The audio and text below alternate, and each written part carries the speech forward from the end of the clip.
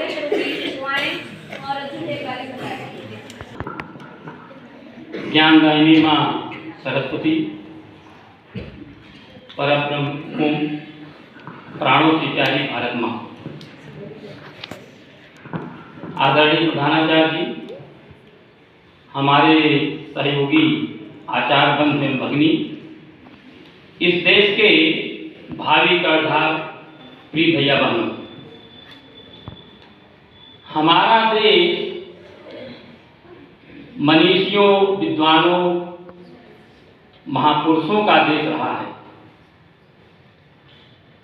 आज इस विशाल कक्ष में एक ऐसे मनीषी की मूर्ति हम सबके सामने विराजमान है, जिसकी जन्मशती कल अर्थात 29 जनवरी 2023 को है।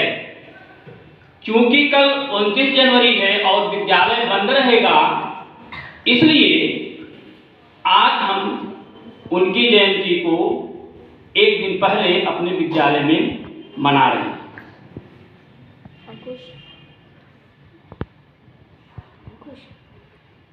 इन मनीषी का नाम है डॉक्टर राजेंद्र प्रसाद।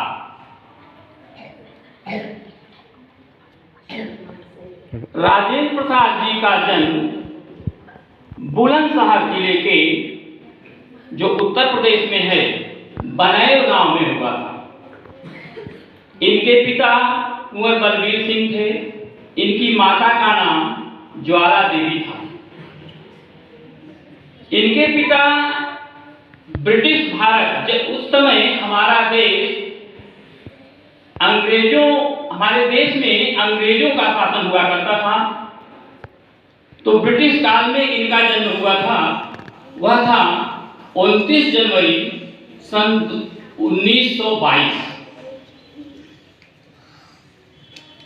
इनके पिता जो कुंवर बलबीर सिंह थे, ब्रिटिश भारत में प्रथम आईईएस आप लोग जानते होंगे, इंडियन इंजीनियरिंग सर्विसेज। जैसे आईएएस होता है उसी तरह से आईईएस होता है। आईएएस प्रशासनिक सेवा का सर्वोच्च पद होता है इंडिया के अंदर, उसी तरह से आईईएस इंजीनियरिंग की सर्वश्रेष्ठ परीक्षा होती है, जो पास करता है वो आईएएस होता है। तो यो इनके पिताजी प्रथम भारतीय इंजीनियर थे। इनकी मां ज्वाला देवी थी। इनकी जो प्रारंभिक शिक्षा थी वह बुलंदशहर से ही प्रारंभ हुई। ये बाद में इनके पिताजी परिवार के साथ प्रयाग आकर, जिसको पहले इलाहाबाद के नाम से जाना जाता था, प्रयाग आकर बस गए। बीएससी और एमएससी इन्होंने इलाहाबाद विश्वविद्यालय से शिक्षा ग्रहण किया। जब ये पढ़ रहे थे कॉलेज में, तो इनके साथ एक एंग्लो इंडियन का मतलब अंग्रेज जो भारत में रहते थे, एक छात्र इनके साथ पढ़ रहा था। दोनों में इस बात को लेकर विवाद हो गया, जो एंग्लो इंडियन था वह गांधी जी को गलत बता रहा। ये गांधी जी को सही बता रहे थे भाई, उनके कहा गांधी जी बहुत अच्छे हैं, लेकिन वो कहा कि गांधी जी बहुत गलत। तो दोनों में लड़ाई हो गई। तो एंग्लो इंडियन ने इन्हें 2 घूंसा मार दिया। तो इनको बहुत गुस्सा आई, तो इन्होंने प्रण किया कि मैं इससे बदला लूंगा। तो ये उसी दिन से प्रतिदिन 2 घंटे व्यायाम करने लगे। 1 महीना जब बीत गया, फिर किसी बात को उससे लेकर के, उसी जो जिसने इनको मारा था उससे फिर इनका विवाद हो गया। तो इन्होंने बदला लिया, फिर उसको भी 2 घूंसा जड़ दिया उसी समय 1 महीने बाद। तो कहने का मतलब है कि ये किसी से डरते भी नहीं। हाँ, इनका जो जीवन था वह सादा था और विचार इनके उच्च थे। एमएससी की परीक्षा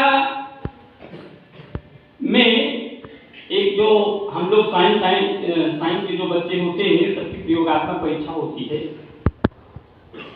तो डॉक्टर सीवी रमन जो भौतिक विज्ञान के प्रवक्ता थे और उन्हें नोबेल पुरस्कार भी प्राप्त हुआ है,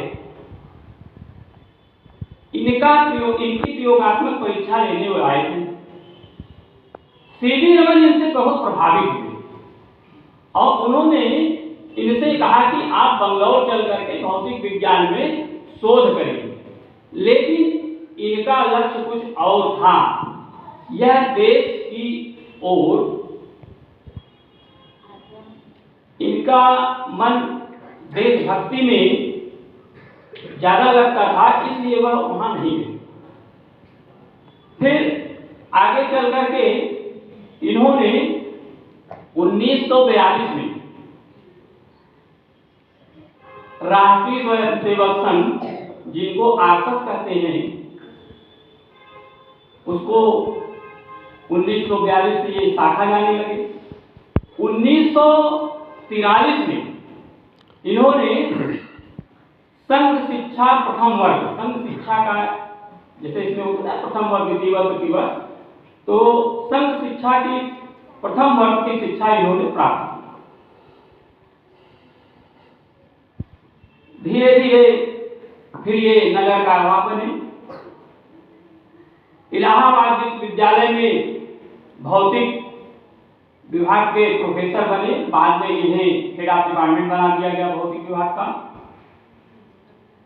ये एक जो अपने छात्रों को जब ये शिक्षा देते थे तो बड़ा इनका जो प्रस्तुतिकरण होता था बड़ा ही प्रभावी रहता था। ये करते क्या थे, अपने अध्यापन काल में किसी तरह से समय निकाल करके 2 या 3 दिन संघ की जो सभाएं होती थी, बैठकें होती थी या संघ का कार्य होता था, उसमें वे चले जाते थे। और जो 2-3 दिन का समय बचता था, छात्र इनका इंतजार करते रहते थे कि प्रोफेसर साहब आए और मुझे पढ़ाएं। तो उस जो 2-3 दिन बचता था उसमें उनको शिक्षा देते थे। धीरे धीरे कार्य बढ़ता गया और संघ के जो तीसरे संचालक थे डॉक्टर बाला साहब देवरस, उनका स्वास्थ्य जब गिरने लगा तो उन्होंने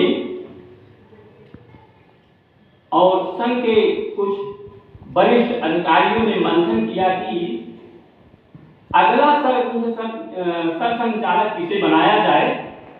तो बाला साहब देवरस ने क्या किया कि एक कागज में पहले से इनका नाम लिख करके एक लिफाफे में बंद कर दिया। संघ में कुछ ऐसी रीत चलती है कि जो अगला सरसंचालक बनता है, पहले सरसंचालक जो होते हैं उनके नाम को लिख करके एक लिफाफे में बंद कर देते हैं। तो बाला साहब देवरस ने इनका नाम लिख करके लिफाफे में बंद कर दिया। और जब 1994 की बात है, उनकी डेथ हो गई, तो इनको जो है चौथा सरसंचालक बना दिया। और ये जो राष्ट्रीय स्वयंसेवक संघ है, इसके संस्थापक डॉक्टर हेडगेवार जी सन 19 सितंबर सन 1925 में राष्ट्रीय स्वयंसेवक संघ की स्थापना इन्होंने की थी। उस समय ब्रिटिश शासन काल से सभी भारतीय बहुत परेशान थे, तो इन्होंने आप जैसे छोटे छोटे बच्चों को लेकर के एक पेड़ के नीचे इकट्ठा किया और देश के प्रति भक्ति की भावना उत्पन्न की। उसी समय सन 1925 में ये राष्ट्रीय सेवक संघ की स्थापना डॉक्टर हेडगेवार ने की थी, इसीलिए उनको संस्थापक कहा जाता है।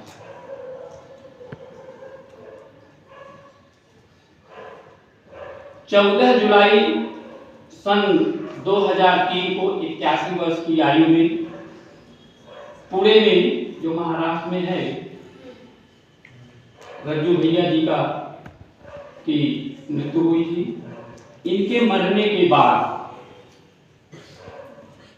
उत्तर प्रदेश सरकार ने, जो पहले इलाहाबाद राज्य विश्वविद्यालय के नाम से जाना जाता था, 17 जून सन 2016 में उस विद्यालय का नाम डॉक्टर राजेंद्र प्रसाद रज्जू भैया राज्य विश्वविद्यालय रख दिया गया है। उत्तर प्रदेश सरकार ने जो पूर्वांचल विश्वविद्यालय है, जिसको वीर बहादुर सिंह विश्वविद्यालय कहा जाता था, उसमें इनके नाम से राजेंद्र प्रसाद रज्जू भैया institute of physical study and research centre, उस विश्वविद्यालय में इनके नाम से स्थापना की गई। जो अपना ये प्रयाग है, यहाँ पर एक रज्जू भैया प्रसाद समिति, वह समिति इस समय प्रयाग में 3 विद्यालय चला रही है। एक है सिविल लाइन में ज्वाला देवी सरस्वती विद्या मंदिर इंटर कॉलेज, दूसरा रसूलाबाद में है ज्वाला देवी सरस्वती विद्या मंदिर इंटर कॉलेज गंगापुर रसूलाबाद, एक है ममकोटगंज में ज्वाला देवी सरस्वती बालिका विद्या मंदिर इंटर कॉलेज ममकोटगंज। तो कहने का मतलब है कि व्यक्ति अपने कार्यों के कारण जाना जाता है। तो रज्जू भैया जी का जो पूरा जीवन काल था, वह पूरे समाज के लिए था, देश के लिए था। इसलिए सरकार भी इनके मरणोपरांत इनके नाम से बहुत सी संस्थाएं स्थापित की हैं। हम लोग जब भी किसी की जयंती मनाते हैं, ये नहीं है कि उनके बारे में सुन लिए और फिर कहानी की तरह छोड़ के चले गए, उससे शिक्षा लेनी चाहिए। हम लोगों के अंदर भी देश के प्रति अच्छी भावना होनी चाहिए, महापुरुषों के कार्य से प्रेरणा लेनी चाहिए, उनके बताए मार्गों पर चलना चाहिए। जय हिंद, जय भारत। साइनिंग